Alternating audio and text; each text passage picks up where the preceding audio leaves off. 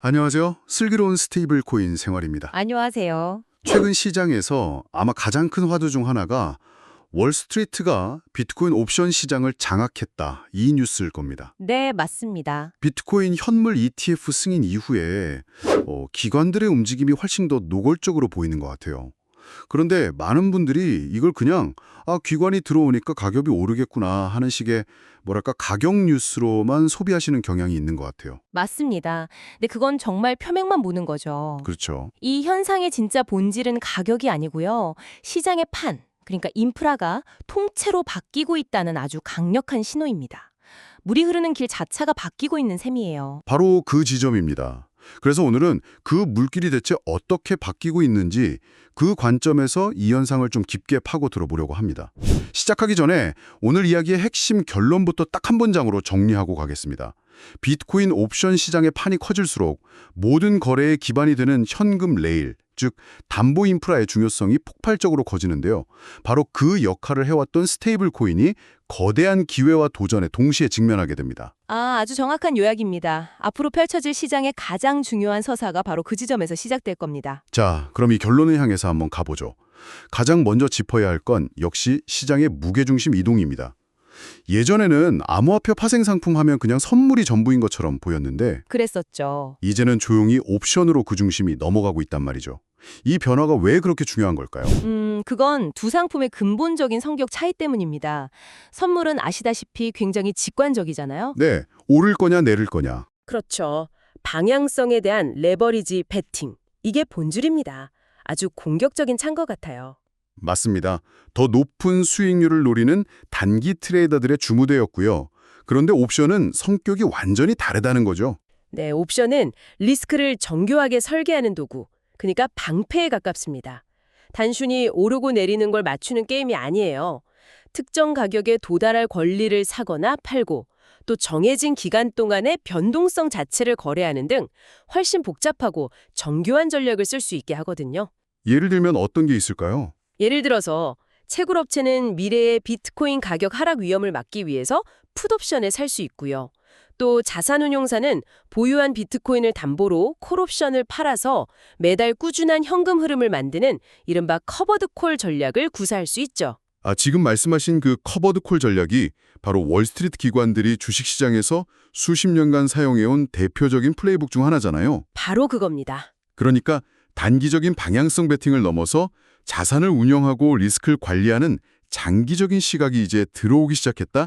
이런 증거네요. 네, 그리고 이 변화를 가장 상징적으로 보여주는 데이터가 바로 미결제 약정, 오픈 인트레스트입니다. 미결제 약정이요? 네, 시장에 청산되지 않고 남아있는 계약의 총량인데요. 최근 비트코인 옵션의 미결제 약정이 선물의 미결제 약정을 넘어섰다는 분석이 계속 나오고 있어요.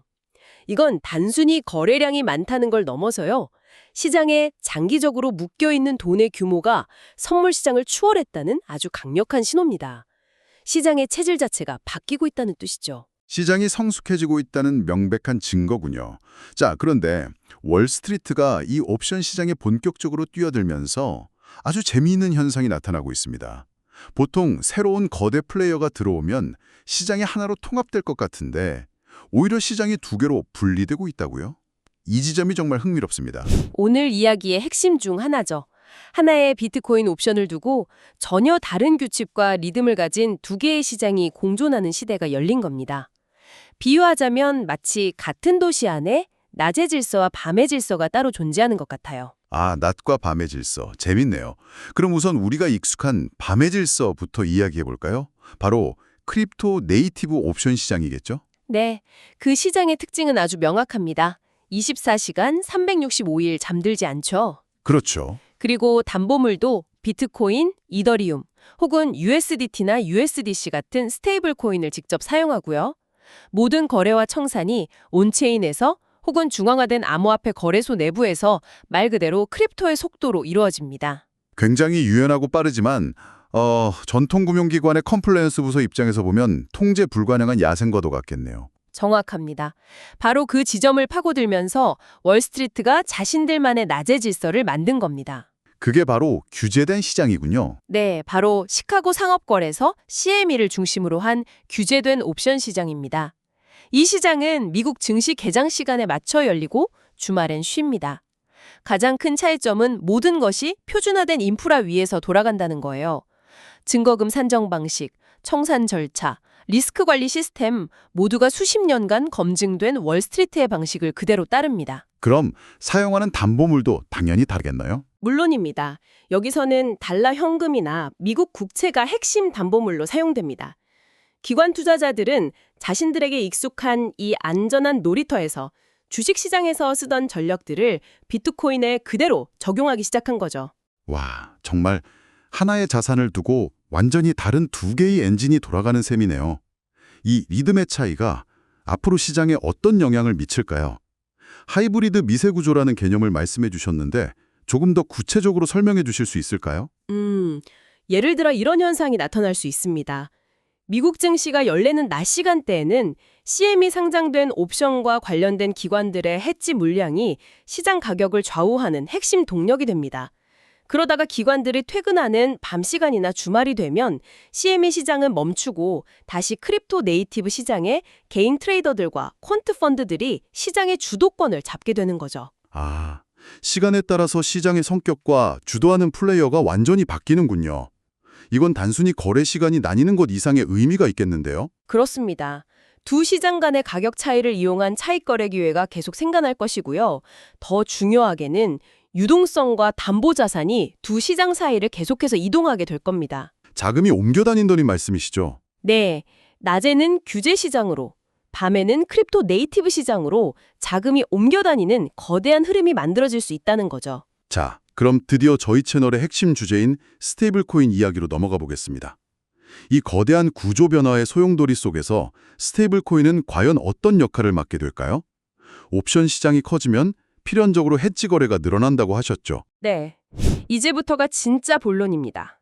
옵션 시장이 고도화된다는 건 그 시장의 유동성을 공급하는 딜러, 즉 마켓 메이커들의 역할이 절대적으로 중요해진다는 뜻입니다. 그리고 이 딜러들의 모든 활동은 해지로 귀결됩니다. 딜러들의 해지 활동 조금 더 쉽게 풀어주시죠. 예를 들어 제가 비트코인 콜옵션을 산다면 딜러는 어떤 포지션에 놓이게 되나요? 만약 청취자님이 비트코인 가격 상승에 베팅하는 콜옵션을 딜러에게서 샀다고 해보죠. 그럼 그 옵션을 판매한 딜러는 정반대의 포지션을 갖게 됩니다. 아, 가격이 오르면 손실을 보는? 네, 비트코인 가격이 오르면 손실을 보는 위험에 노출되죠. 전문 용어로는 델타에 노출되었다고 합니다. 딜러 입장에서는 옵션 판매 수수료를 안정적으로 얻고 싶은 거지 비트코인 가격 변동에 따른 위험을 직접 떠안고 싶은 건 아니니까요. 바로 그겁니다. 그래서 딜러는 그 위험을 상쇄하기 위해 끊임없이 반대 포지션을 잡습니다. 비트코인 현물을 사거나 선물을 매수해서 가격 상승에 따른 옵션 포지션의 손실을 방어하는 거죠.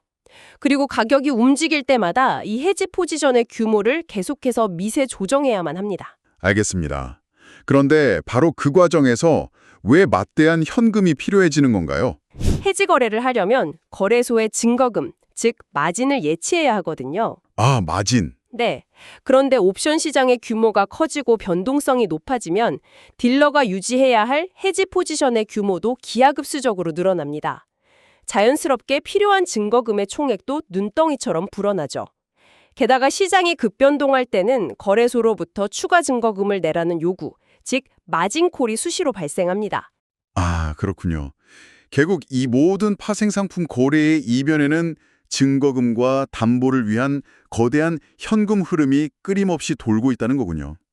전통금융에서는 이 현금 흐름을 달러와 미국 국채라는 현금 레일이 담당해 왔고요. 맞습니다. CME가 자신들의 인프라가 우월하다고 주장하는 핵심 근거가 바로 그겁니다. 수십 년간 검증된 안정적인 달러 기반의 청산 및 담보 관리 시스템을 제공한다는 거죠. 반면에 지난 몇 년간 크립토 네이티브 시장에서는 그 현금 레일의 역할을 USDT나 USDC 같은 스테이블 코인이 아주 훌륭하게 수행해 왔습니다. 이제 모든 조각이 맞춰지는 느낌입니다. 옵션 시장의 성장은 기관과 딜러의 참여를 늘리고 이는 해지와 마진 거래의 폭증으로 이어진다. 그리고 이 모든 활동의 기반이 되는 현금 레일로서 스테이블 코인의 역할이 과거와는 비교할 수 없을 정도로 중요해진다는 거군요. 네, 과거에는 스테이블 코인이 단순히 거래소 간 자금 이동이나 현물 거래를 위한 결제 수단에 가까웠다면 이제는 수백조 원 규모의 파생상품 시장 전체를 지탱하는 핵심적인 담보 인프라로 그 위상이 격상되고 있는 겁니다. 좋습니다. 그럼 지금까지의 논의를 바탕으로 이 복잡한 시장 변화를 이해하는 데 도움이 될 세 가지 핵심 관전 포인트를 짚어주시죠. 물론 이건 투자 조언이 아니라 시장의 구조를 읽는 눈을 기르기 위한 체크 포인트입니다. 첫 번째 체크 포인트는 해지 플로우의 영향력을 주시하는 겁니다. 해지 플로우요? 네, 특정 만기일이나 특정 행사 가격에 옵션 계약이 대규모로 몰려있는 경우가 있습니다. 최대 고통 이론 같은 것들이 여기서 나오죠. 중요한 건 이 가격대 근처에서는 딜러들의 해지 물량이 가격에 엄청난 영향을 미친다는 겁니다. 구체적으로 어떤 영향을 주나요? 두 가지 상반된 효과가 나타날 수 있습니다. 때로는 딜러들이 특정 가격대를 방어하기 위해 해지 물량을 쏟아내면서 가격이 그 범위에 갇히도록 만드는 일종의 자석 효과를 만들기도 하고요. 반대로 특정 가격을 돌파하는 순간 묶여있던 해지 물량이 한꺼번에 터져 나오면서 변동성을 폭발적으로 증폭시키는 이른바 감마 스퀴즈 현상을 유발하기도 합니다. 아, 이제는 옵션 데이터를 보지 않고는 시장의 방향을 예측하기 정말 어려운 시대가 된 거군요. 그렇습니다. 옵션 포지션 자체가 시장을 움직이는 가장 중요한 변수가 되어버렸죠. 그럼 두 번째 체크 포인트는 무엇일까요? 두 번째는 앞서 이야기한 유동성과 담보의 이동을 추적하는 겁니다. 미국장 기반의 CME 시장과 24/7 크립토 네이티브 시장, 이 두 시장 간의 힘겨루기와 자금 흐름을 지켜보는 것이 핵심입니다. 예를 들어 미국 기관들이 활동을 멈추는 주말에 갑자기 크립토 네이티브 시장에서 큰 변동성이 나타난다면 월요일 아침 CME 시장이 열릴 때 어떤 일이 벌어질까요? 그 주말 동안 벌어진 가격 괴리를 메우기 위한 거대한 자금 이동과 포지션 조정이 일어나겠군요. 그렇죠. 두 시장 사이의 시차와 리듬 차이가 새로운 거래 기회이자 동시에 리스크 요인이 되는 거네요. 바로 그겁니다. 두 시장 간의 유동성 프리미엄, 또 담보자산의 이동 경로 등을 분석하는 것이 앞으로 아주 중요한 전략이 될 겁니다. 자, 마지막 세 번째 체크 포인트는 역시 스테이블 코인 자체에 대한 것이겠죠. 맞습니다. 바로 스테이블 코인 수요의 질적 변화입니다. 파생 시장이 기관화될수록 스테이블 코인은 단순히 거래를 위한 수요를 넘어섭니다. 시장의 신뢰와 안정을 담보하는 마진으로서의 수요가 폭발적으로 증가할 거라는 거죠. 여기서 가장 중요한 관전 포인트가 나옵니다. 채펀드 같은 자산이 새로운 담보물로 부상할 것인가? 이 경쟁 구도를 지켜보는 것이 미래 시장의 패권을 이해하는 열쇠입니다. 결국 미래 파생 상품 시장의 핵심, 현금 레일 자리를 두고 암호화폐 네이티브 진영과 전통 금융 진영 간에 보이지 않는 전쟁이 시작된 셈이네요. 자, 오늘 정말 중요한 이야기를 깊이 있게 다뤄봤습니다. 한번 정리해 볼까요? 네, 오늘은 월스트리트의 비트코인 옵션 시장 진출이라는 현상을 단순한 가격 뉴스가 아니라 시장의 인프라가 바뀌는 관점에서 분석해봤습니다. 시장의 중심이 선물에서 옵션으로, 단기 베팅에서 장기 리스크 관리로 이동하고요. 이로 인해서 시장이 두 개의 다른 리듬을 가진 하이브리드 구조로 진화하고 있다는 점을 살펴봤습니다. 그리고 그 과정에서 모든 파생 거래의 근간을 이루는 현금 레일로서 스테이블 코인의 역할이 얼마나 중요해지고 있는지, 그리고 동시에 어떤 도전에 직면했는지를 집중적으로 이야기 나눴습니다. 오늘 논의는 자연스럽게 하나의 거대한 질문으로 이어지는 것 같습니다. 네, 바로 이 질문을 청취자분들께서 계속 마음에 품고 시장을 보시면 좋겠습니다. 미래 암호화폐 시장의 핵심 담보자산, 즉 현금 레일의 자리를 JP모건 같은 거대 은행이 발행하는 예금 토큰이 차지하게 될까? 아니면 기존의 스테이블 코인이 이 도전을 이겨내고 자리를 지켜낼까? 이 질문에 대한 답을 찾아가는 과정이 앞으로 한 1, 2년간 암호화폐 인프라 뉴스를 관통하는 가장 핵심적인 서사가 될 거라는 생각이 드네요. 청취자 여러분도 이 경쟁 구도를 염두에 두고 뉴스를 보시면 시장의 더 깊은 맥락을 읽어내실 수 있을 겁니다. 슬기로운 스테이블 코인 생활, 오늘 순서는 여기까지입니다. 들어주셔서 감사합니다. 감사합니다.